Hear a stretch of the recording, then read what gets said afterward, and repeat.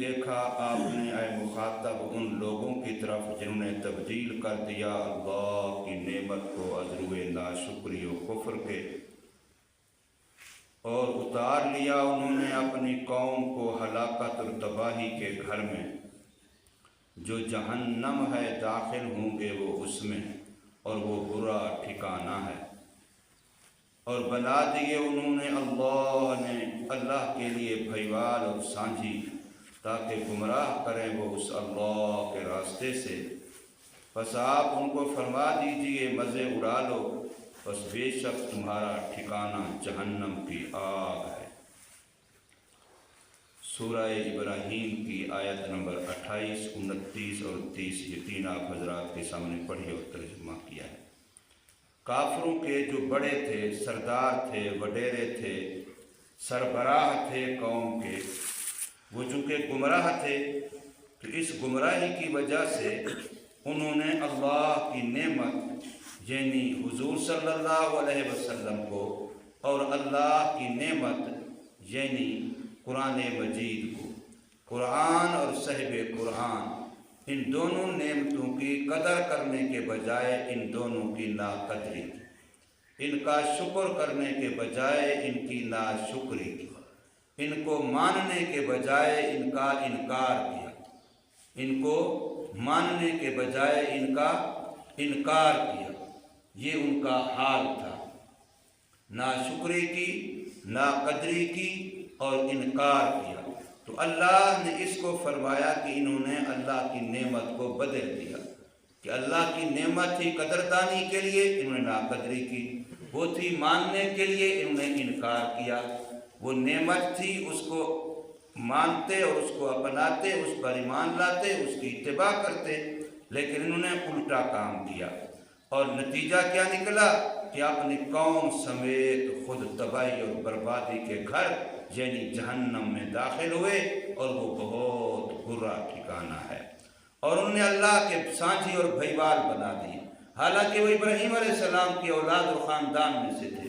ابراہیم علیہ السلام تو بت شکن تھے، انہوں نے بت خانے کو تباہ کیا تھا، توڑا تھا، بتوں کو کلاڑے سے توڑ پھوڑ دیا تھا، لیکن یہ ان کی اولاد کچھ نسلوں کے بعد وہ 313 بت کعبے میں رکھ کے اس کی عبادت کر رہی تھی، حالانکہ یہ سارے اپنے آپ کو دین ابراہیمی پر کہتے تھے، اسی کعبہ کے مجاور تھے، اسی کے نام پہ روٹیاں کھاتے تھے قریش، لیکن جس بڑے نے حضرت ابراہیم علیہ السلام نے بتوں کو توڑا تھا، بتوں کی بے حرمتی کی تھی، بتایا تھا کہ یہ بت نفع نقصان کے مالک نہیں ہیں، عزت و ذلت کے مالک نہیں ہیں، ان کے اختیار میں کچھ نہیں ہے، تو حضرت ابراہیم علیہ السلام کی وہی نسل ہے، انہی کی اولاد در اولاد ہیں کہ وہ 313 بت کعبے میں رکھ کے ان کی پوجا کر رہے ہیں۔ جیسے حضور صلی اللہ علیہ وسلم سے پہلے ابراہیم علیہ السلام نے بت خانہ توڑا تھا، تو حضور صلی اللہ علیہ وسلم نے فتح مکہ کے بعد پھر ان 313 بتوں کو کعبہ سے باہر نکال کے پھینکا۔ یہ مورتیاں کچھ نہیں کر سکتی، یہ مٹی کے لکڑی کے بت کچھ نہیں کر سکتے، ان کو توڑ کے اتار کے سب کو باہر پھینک دیا، آگ لگوا دی۔ تو حضور صلی اللہ علیہ وسلم نے وہی سنت ابراہیمی ادا کی۔ تو اسی بات کو یہاں پر اللہ تبارک و تعالی فرما رہے ہیں، الم ترى، کیا تو نے دیکھا نہیں ہے مخاطب، الی الذین، ان سرداروں وڈیروں کی طرف، بدلوا نعمت اللہ ہے جنہوں نے اللہ کی نعمت کو تبدیل کر دیا، کفرن، عزو ناشکری اور کفر کے، وَأَحَلُّوا، اور اتار لیا انہوں نے قوم، اپنی قوم کو، قوم جو ان کے پیچھے لگنے والے، جو ان کی ماننے والے، جو نہ مانتے پیچھے نہ لگتے تو ان کی قوم نہ بنتے، اتار لیا انہوں نے اپنی قوم کو دار البوار، ہلاکت اور تباہی کے گھر میں۔ وہ کون ہے ہلاکت و تباہی کا گھر کیا ہے؟ جہنم۔ کیسی ہے؟ یصلونہا، وہ اسی جہنم میں داخل ہوں گے، وبئس القرار، اور وہ برا ٹھکانہ ہے۔ اور اس کی وجہ کیا بنی؟ وجعلوا للہ اندادا، اور انہوں نے اللہ کے شریک، بھائیوال، مقابل بنا لیے تھے۔ کیوں؟ لیضلوا عن سبیلہ، تاکہ اللہ کے راستے سے گمراہ کریں۔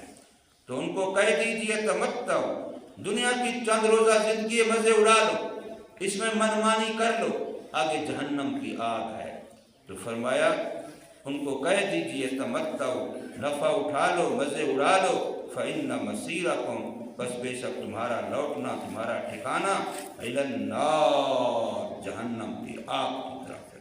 آگے تمہارے جہنم کی آگ ہے جو تمہارا انتظار اور استقبال کر رہی ہے۔